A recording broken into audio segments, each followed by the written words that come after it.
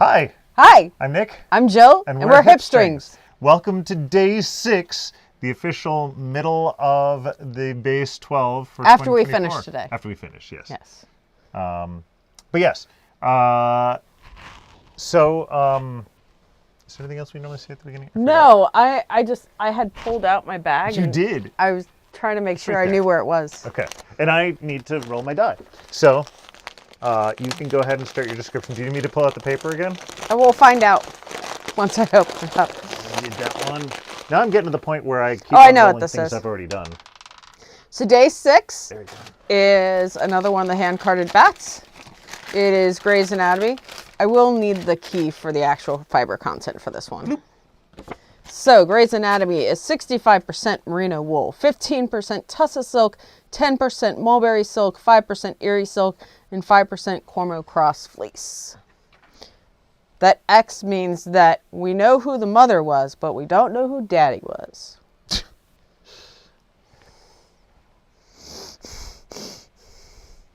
I feel like there should be something I could say about that, but I'm just gonna leave that. In case you've ever wondered, if you find a fleece and you're like, what's this X for? I know it's a cross. What's the other breed? It's the shepherd doesn't know what the other breed. We don't know. Okay. Somebody jumped a fence. So is that what happened to Twitter? Yes. Nobody knows who the daddy is. Oh, okay. Yeah, good. Sorry, we had a little bit of a hiccup in the video there, and now it's fine. All right, so as you may notice, I have extremely nerdy looking glasses today. These are because during my day job, I work in a moderately industrial environment doing R&D, and I need safety glasses. So these are my prescription safety glasses. You can see on the side, they have side shields. They actually are not good for splashing because they have vents in them. Oh, okay. So these are not full goggles. The ones we had to buy Gab for Chem are goggles, so they are actually sealable. And I've gotten goggles before, prescription goggles, but they fog up way too quickly. So this is a good happy medium. But they look incredibly nerdy. I love them. But they look oh good. You've never actually told me you like them. You just agreed with me saying that they look very nerdy. No, I love them. Yeah, this wraps up my 6 days of my prescription. They have that glasses. kind of Coke bottle essence that. Right? Yeah. Yeah. There's something else I was going to say about them. I don't remember what. Oh well. Amy says happy Tuesday, and she'll try to stay awake as long as possible. Is it only Tuesday? Gosh, I woke up this morning and I'm like, it's got to be at least Wednesday. Well, I screwed everything up by making tacos last night because tacos are supposed to be on Tuesday. That's what messed me up.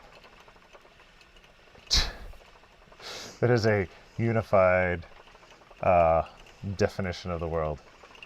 Tacos must be on Tuesday. Yep. Or at least Thursday.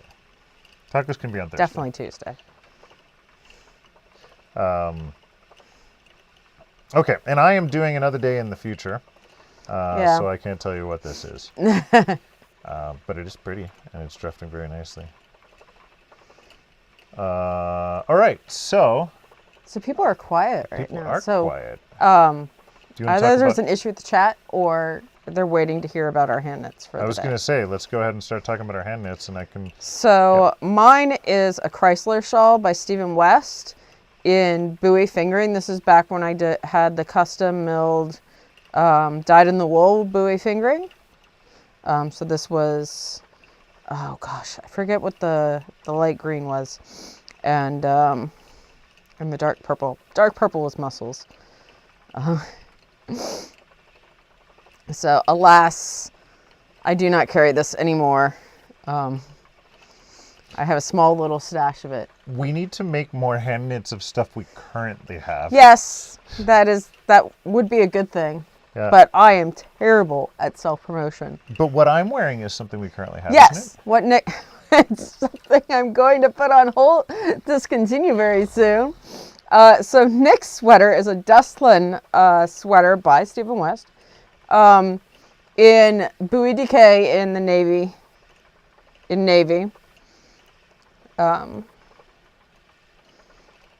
But Buoy Decay is one of the yarns I have on sale, and that I'm going to dye up what I have, and then it's going to be no more because it's something that's custom milled for me and hasn't sold as much as it needs to in order to make it worth. But then you can always spin your own. But you could spin your own, because I will continue to have hand-dyed Buoy. So Michelle is just now eating dinner and will spin soon, but wants to know more about day 5 because she loved the Kingfisher and is asking, will that be coming to the shop? It will be coming to the shop. I was going to photograph it today so I could get it up ASAP, but I was starting to get a little bit of migraine, so I came home early. So before the end of the week? Yes, hopefully. It'll be in the shop before the end of the week. Definitely next week, by the end of the year. By the end of Base 12. Because I've also got to make up the sample bats for all the bats and have those up by the end of Base 12. At least that's my goal. All right. That is a lofty goal.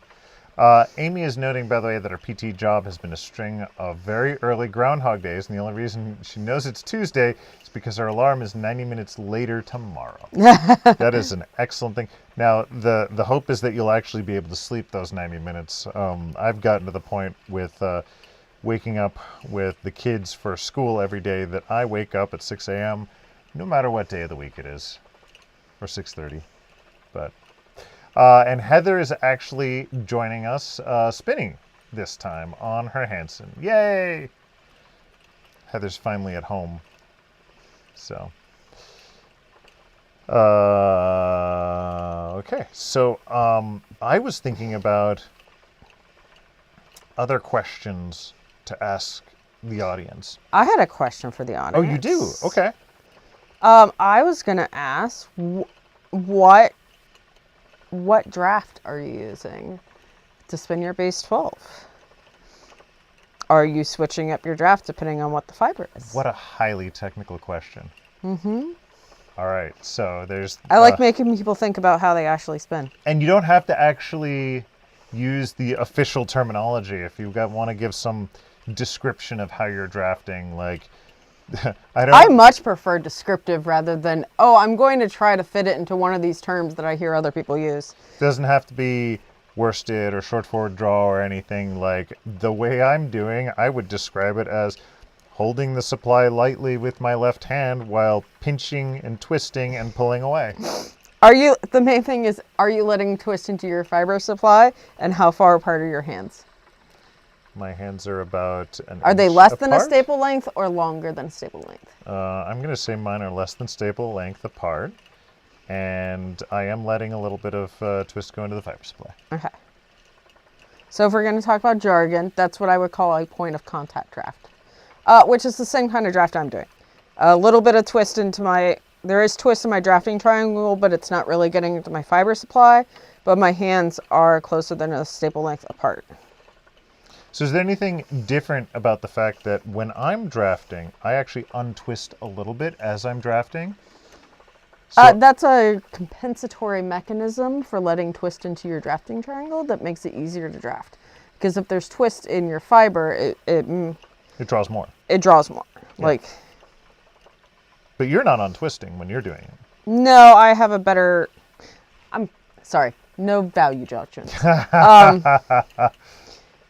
I am not letting the twist as far into my drafting zone as you are.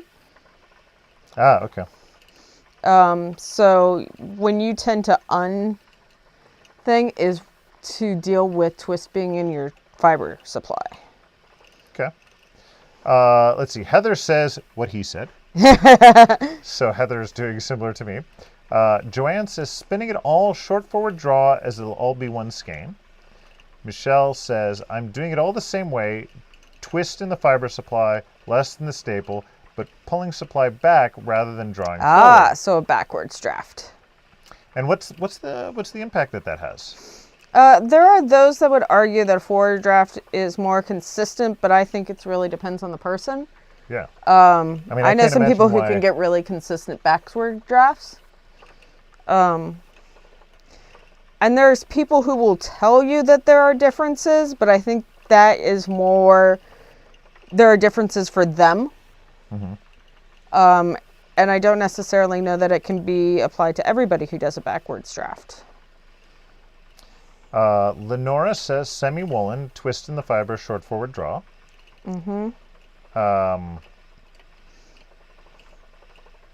Michelle has a couple of different lines that I think she's having difficulty typing. She says right hand, oops, typing on, NY, and then what is a triangle?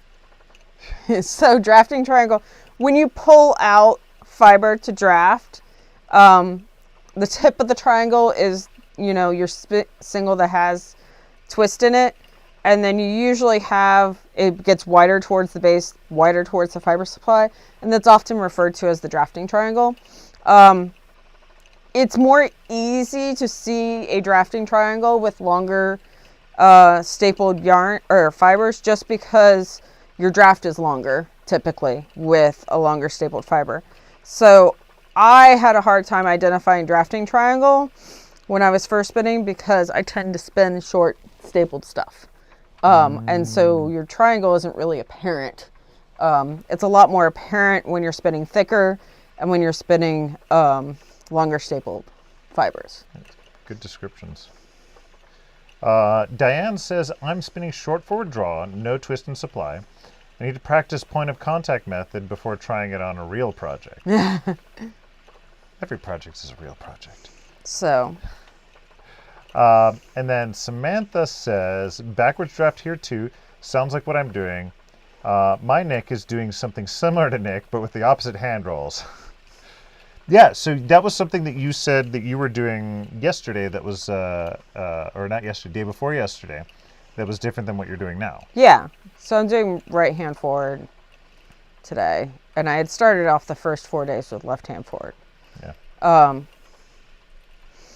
And the fiber roll thing is actually a technique I use when I'm spinning cotton. The what technique? I will use your fiber roll technique to take some twist out when I'm doing supported long draw. Gotcha. But I usually don't need it with point of contact. But it is useful for slubs.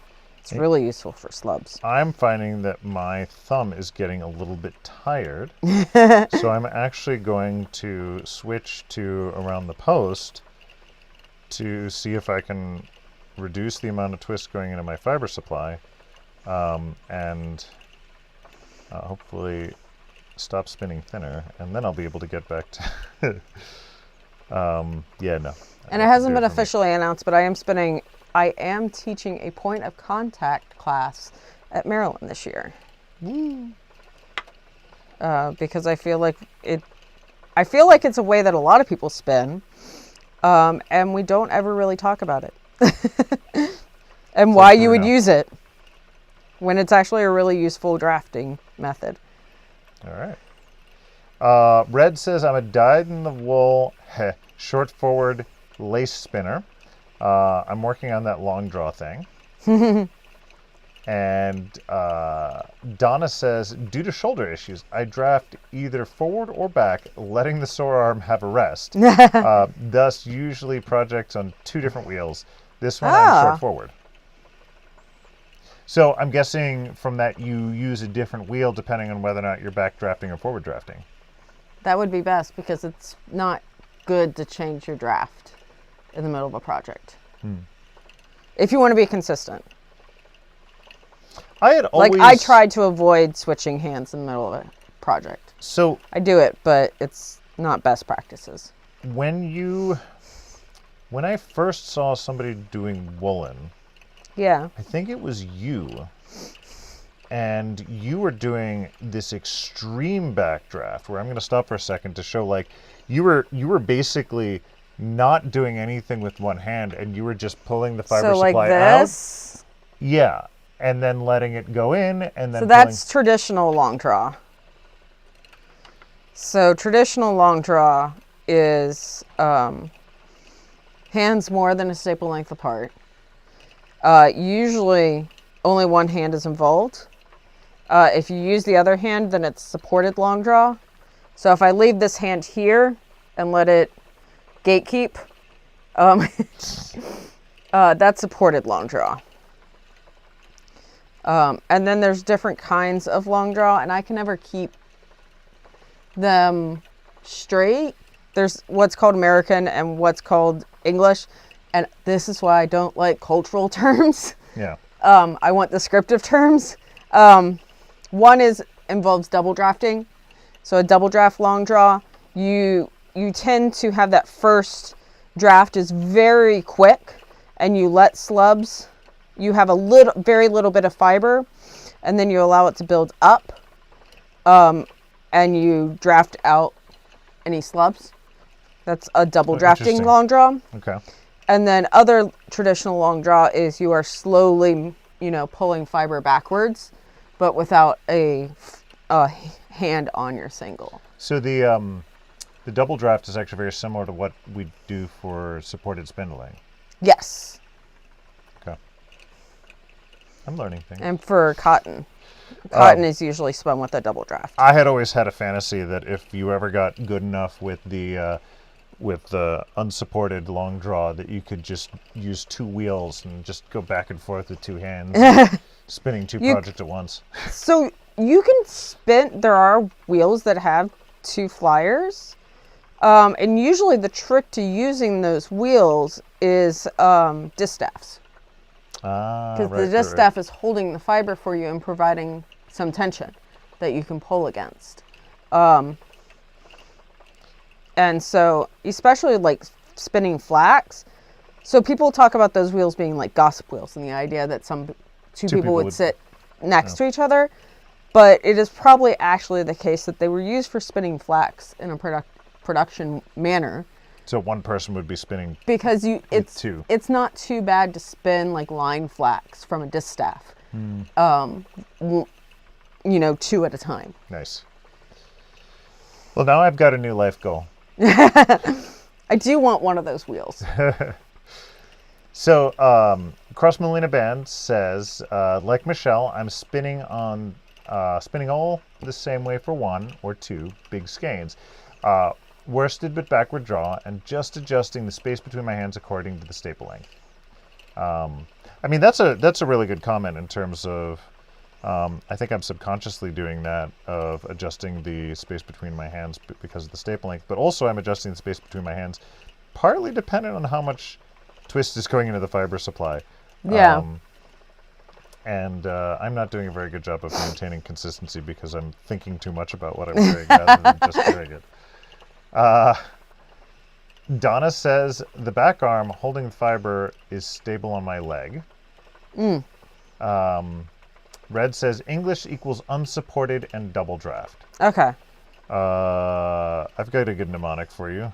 What? Wait, no, that doesn't work. I was thinking American for some reason. English unsupported and double draft. See, the reason I don't like this is, like, if you look at traditional Navajo spinning, it is double draft. Yeah.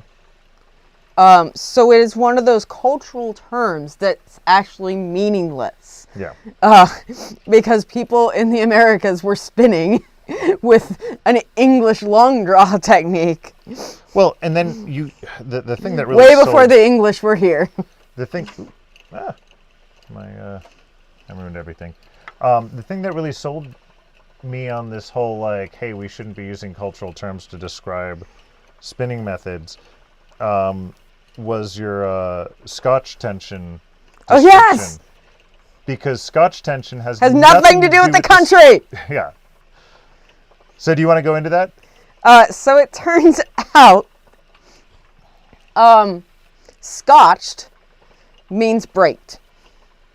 And if you really go back into the spinning literature, and I think this is like 1500s, 1600s, there's the description of wheels that are either double drive or a scotched wheel, which just means a single drive with a brake. And they weren't distinguishing between if the bobbin was braked or the flyer was braked. And it was only much later when somebody was trying to distinguish between flyer lead and bobbin lead that they kind of erroneously came up with the idea that Irish wheels were bobbin lead, were all bobbin lead, and wheels in Scotland were all flyer lead, leaving the dichotomy we now do. And the thing is that typically flyer lead is better for spinning wool, because bobbin lead has very high take-up, which you don't necessarily want with wool. But if you're spinning line flax, which a lot of Irish spinners did, they spun a lot of flax. Flax is better spun with a bobbin lead setup. So, all in all, like, even though I've heard this story multiple times, I can't keep track of which one was supposed to be Scotch tension, which one's supposed to be and so this is why I always talk about flyer lead versus bobbin lead. So flyer lead is your drive wheel is powering your flyer. The flyer is leading. And that means your bobbin is braked. And bobbin lead, your drive wheel is powering your bobbin.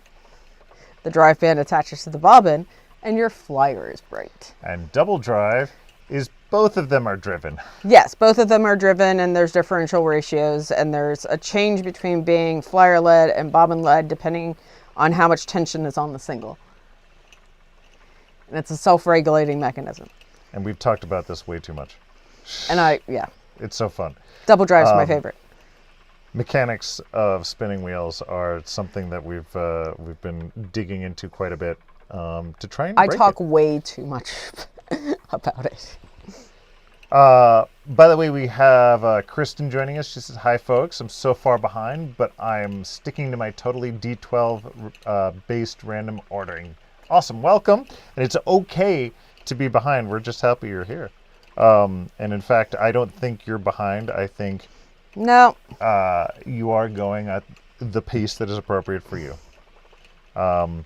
Quite honestly, like, you should see us. We would all be behind if we weren't live streaming. Yeah, exactly. Thank you for being our social obligation and motivation for getting this done. Christina Hill says, "I learned so much on these live streams." Thank you. Sometimes I worry we get too much into the technical details, but this is why my tagline on our Instagram is a fiber shop for fiber nerds. Yep, that's for sure.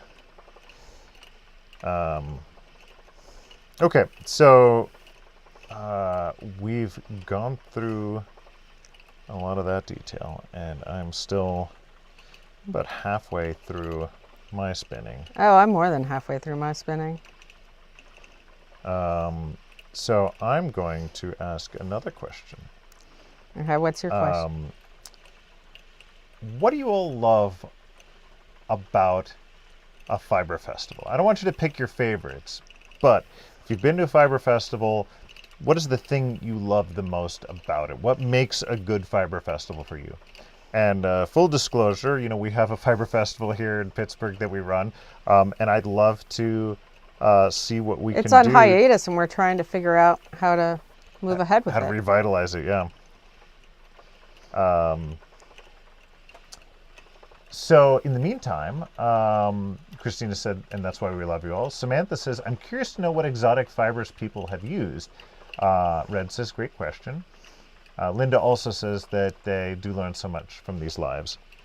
So yeah, absolutely. Give us some good information about fiber festivals and about what exotic fibers you've used or that you're scared of. So we start to get some answers coming in. Red says, "My people are at my fiber festival, and I love a good wool show."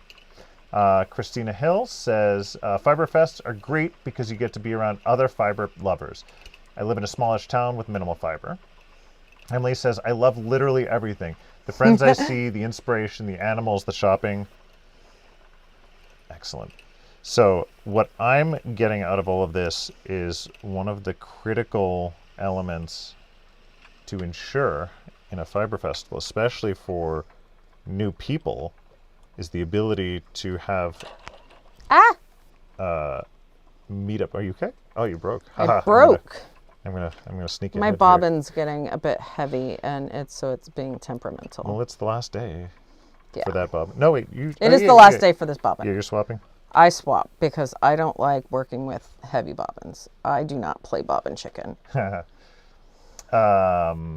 Donna says, I like it when there's a group spin-in opportunities at the festival. Excellent. Yeah, so that there goes another thing of like, you know, making sure there's opportunities for people to group up. Joanne says, a great festival is not too hot outside with great friends, excellent vendors, decent food. Love the inspiration when I go. So we had the we need to find an open field. Yes. And I bring my stuff. Yeah. And we bring all of our favorite people. Yeah. Okay. Well, the funny thing was I was going to say we had the last Knitting Knit and Spin we had. It was cold and rainy, so definitely not too hot. Yes, but rain is not great. Yes.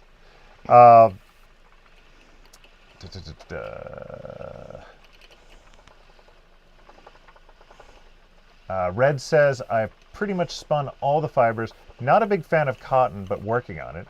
I even have some guanaco and Orenburg in the stash. I have also spun cottonwood fluff as a party trick. What's cottonwood? It's a plant. It produces kind of like milkweed. Okay. Kind of. I've come across it in Kansas. But very short fibers and very slick. They're probably less than an inch. So it's kind of like the equivalent of spinning dryer lint.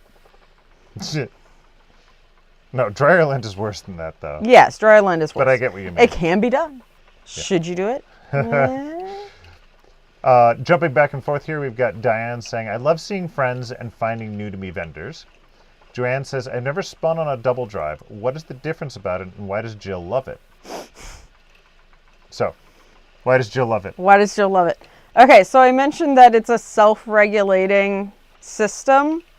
So part of the thing is that it does have, you can have very light take-up with a double drive that you can't have with bobbin lead. But the self-regulating nature of how it works, because both drive band, or it's a single drive band and a figure 8 that's slippy.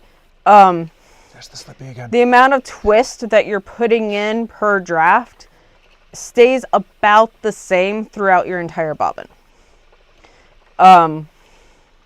For single drive systems, since you have braking involved, it means that when you're winding on, the bobbin is there's things going on with the change of twist, and this is especially notable in flyer lead. So when you are spinning in flyer lead, and when you break twist lock and you allow the fiber to be wound on to the bobbin by the flyer, the bobbin stalls. It stops moving. The bobbin rotating is what puts twist into your fiber. So while your single is being wound onto the bobbin, no twist is being added. And this is why it's really important. Like, the amount of twist before the orifice is different than the twist that's on your bobbin. That's really noticeable in flyer lead wheels.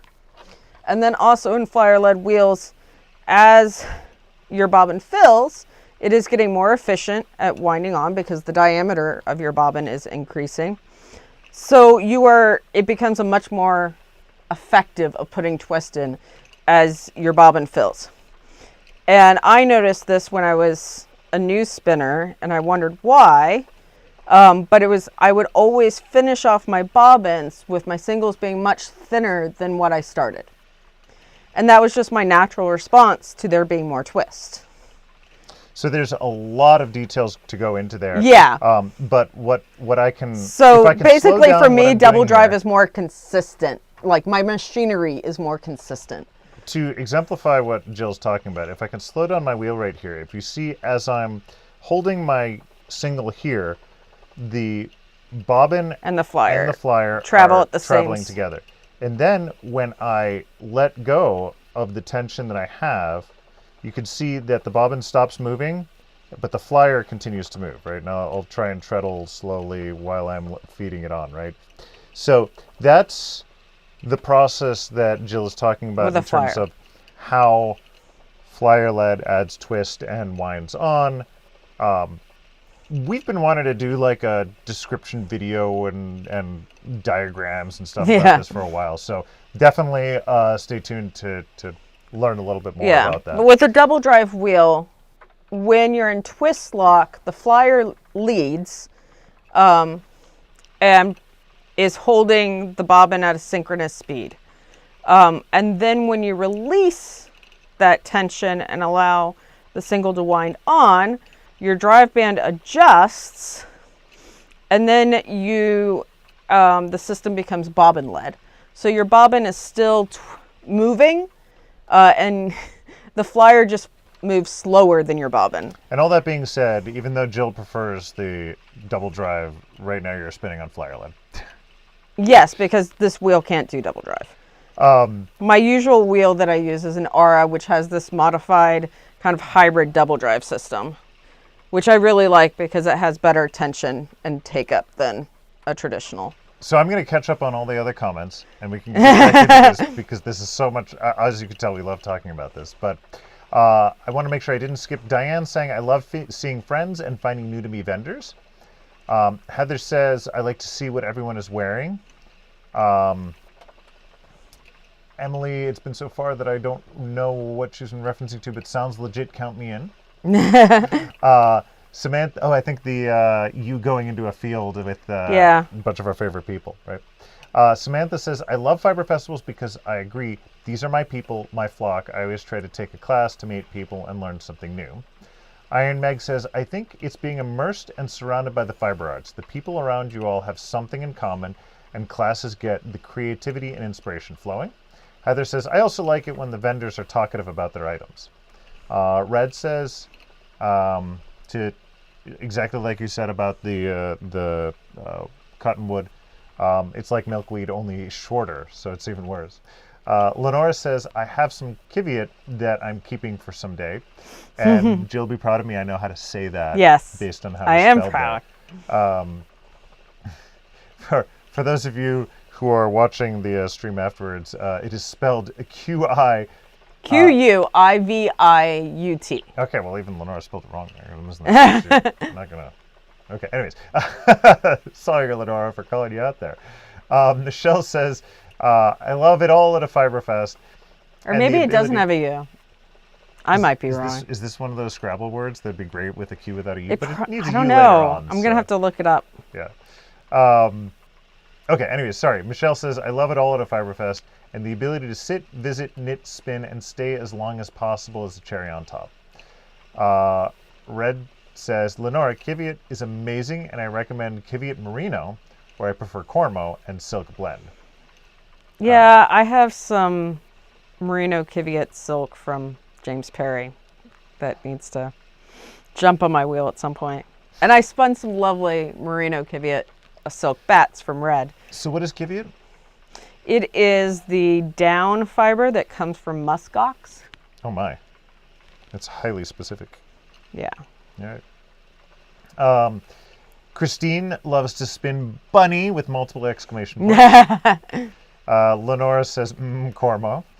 Linda B says, that makes a lot of sense, thank you. And Joanne says, thank you for that excellent explanation. I have a flat iron that I can convert to double drive. I might have to try that. Oh, yes. You love your flat iron. I love my flat iron. I spin pretty exclusively. Have you posted photos of your modded No, flat iron? I haven't. I need to take it outside for some good beauty shots. Oh, and before you continue, Michelle asked a timely question of, so when I pet my bat, I want to draft in the direction that is smooth when I pet it, right? Yes. So when you're petting it backwards, if it's smooth in that direction, as That's you're petting the away, tip. You start at the tip that you want to spin from. So if that makes sense. Yes. So if it was a cat, it'd be The facing head. towards the wheel. Yes, the cat's head You would don't be want to facing. pat the cat the other way. No. All right. You were going to say? I love my flat iron. I made it even better. My flat iron's all black now. And I actually will spin my flat iron in bobbin lead on using a high-speed whirl. Well, high-speed bobbins.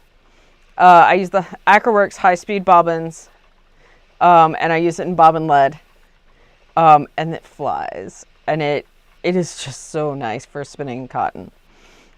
Which I know we talk about, oh, bobbin lead has such high take-up.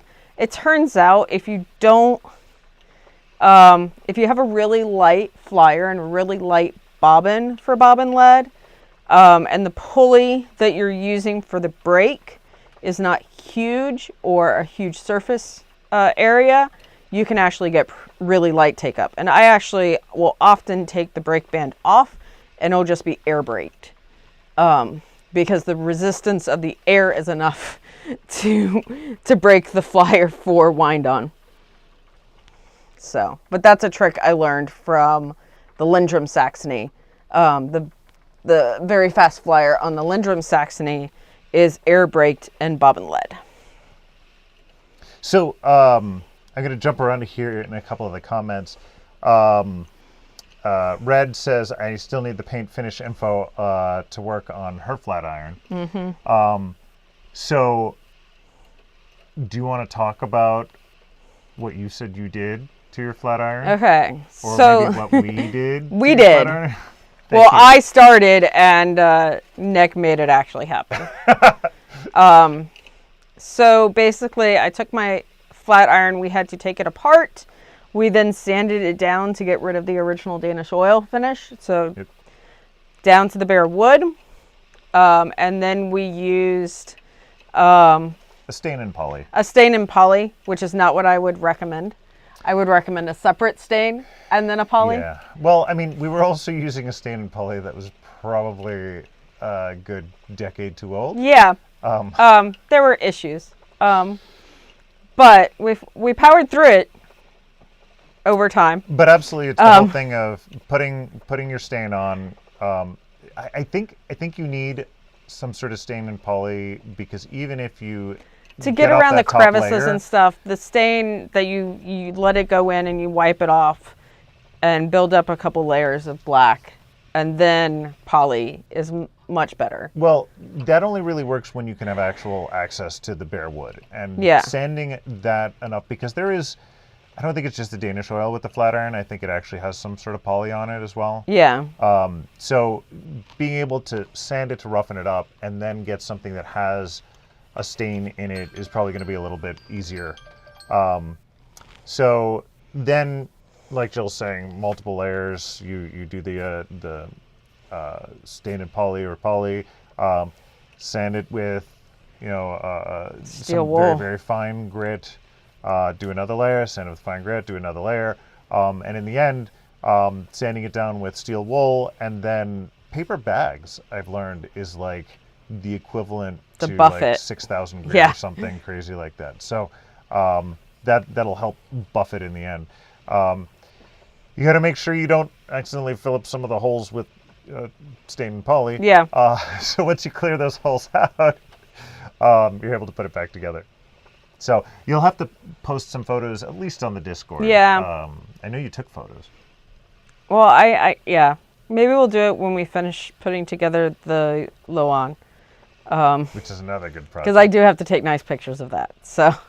So Red says that they have a giant bag of Kiviat Muna silk blend from James, and to let her know when it's time to pull some out. So it looks like you've got a spinning buddy there.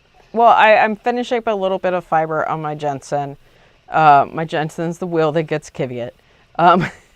So once I'm done with that, then I'm going to spin the merino Kiviat silk. Michelle had some further questions, but the cat description worked very well. So maybe we need to make a short YouTube short on that of how do you spin. We need to borrow somebody's cat for the demonstration. Well, not with you around. Well, I mean, sometimes you got to suffer for art, right? We could also do it with a bunny. We could do it with a bunny. I may suffer the same amount with having the bunny upset when I rub them the wrong way. Let's see, Red says, I will follow up with you on the Flatiron refurbishment. Thanks for the detail on how you sanded it down. Barry's head may explode. Yeah, but it should have always been a black wheel. Yeah, it looks beautiful. I am willing to die on that hill. It should have been a black wheel. Iron Meg asks, is the Discord link open to join? And if so, is there a link? Yes, it is. We may not have copied it to the description. I didn't on these latest ones. Okay, so if you go to day 1, I believe it's in the comments. There's a link that's open. We will do our best to copy it over to the other days as well. But definitely day 1 and day 2 have it. So you can go ahead and look back there. Michelle says, Pat the bunny. Yeah. Our bunny's name is Luna. She's a rescue. All of our rabbits have been rescues. But Luna came from a bad situation and became all the much harder for it. So if you're familiar with the deadly rabbit from Monty Python, The Quest for the Holy Grail, that's a good... That rabbit aspires to be as aggressive as Luna. Luna doesn't get to have friends because she is aggressive. And she growls at us. And we just want to love her. I have never heard a rabbit growl, but Luna will growl. And Luna growls when she's happy, when she's upset at you, when she wants your attention, when she wants you to go away. It's all basically the same growl, so you kind of have to assume context clues and then always get it wrong. Yeah. I have played tug of war with Luna like you would with a dog. She's quite the character. And also, I've seen her sit like people, like with her legs splayed out and just sort of like sitting hunched over like this. It's I'll have to She's post that. Not a typical rabbit, and we love her. By the way, Joanne has the recommendation. The link worked better for her when she copied and pasted it into the add channel field inside of Discord. Oh, that's good to know. And Michelle says, "Oh no, I want to love her too." So we might have to do a short video there. But yay, you're done. Mm-hmm. And I'm noticing that my single is almost exactly the same color. Actually, it is the same color as my brake band. It is. So that'll be fun tomorrow. Dad joke time. Yes. Okay, so you know how we've had a lot of discussions on whether or not a hot dog is a taco or a sandwich. Yes. And our family is ardent on the fact that a hot dog is a taco. Yes. Right? But my friend Dylan at work has convinced me that in some cases a hot dog is a sandwich. And I'll explain it to you here. And this is a very nerdy joke. I apologize in advance. So, you're familiar with hellhounds in D&D, right? Kind of. They're not dumb creatures. They have some level of intelligence. And Okay. in the D&D universe, right, anything that has above a certain level of intelligence can cast some sort of forms of magic, right? Okay. So they can't talk, right? They can't use complicated hand gestures, but they could make runes, right? Like in the dirt or in the sand or something. Okay. So, in the right circumstances, a hot dog is a sandwich.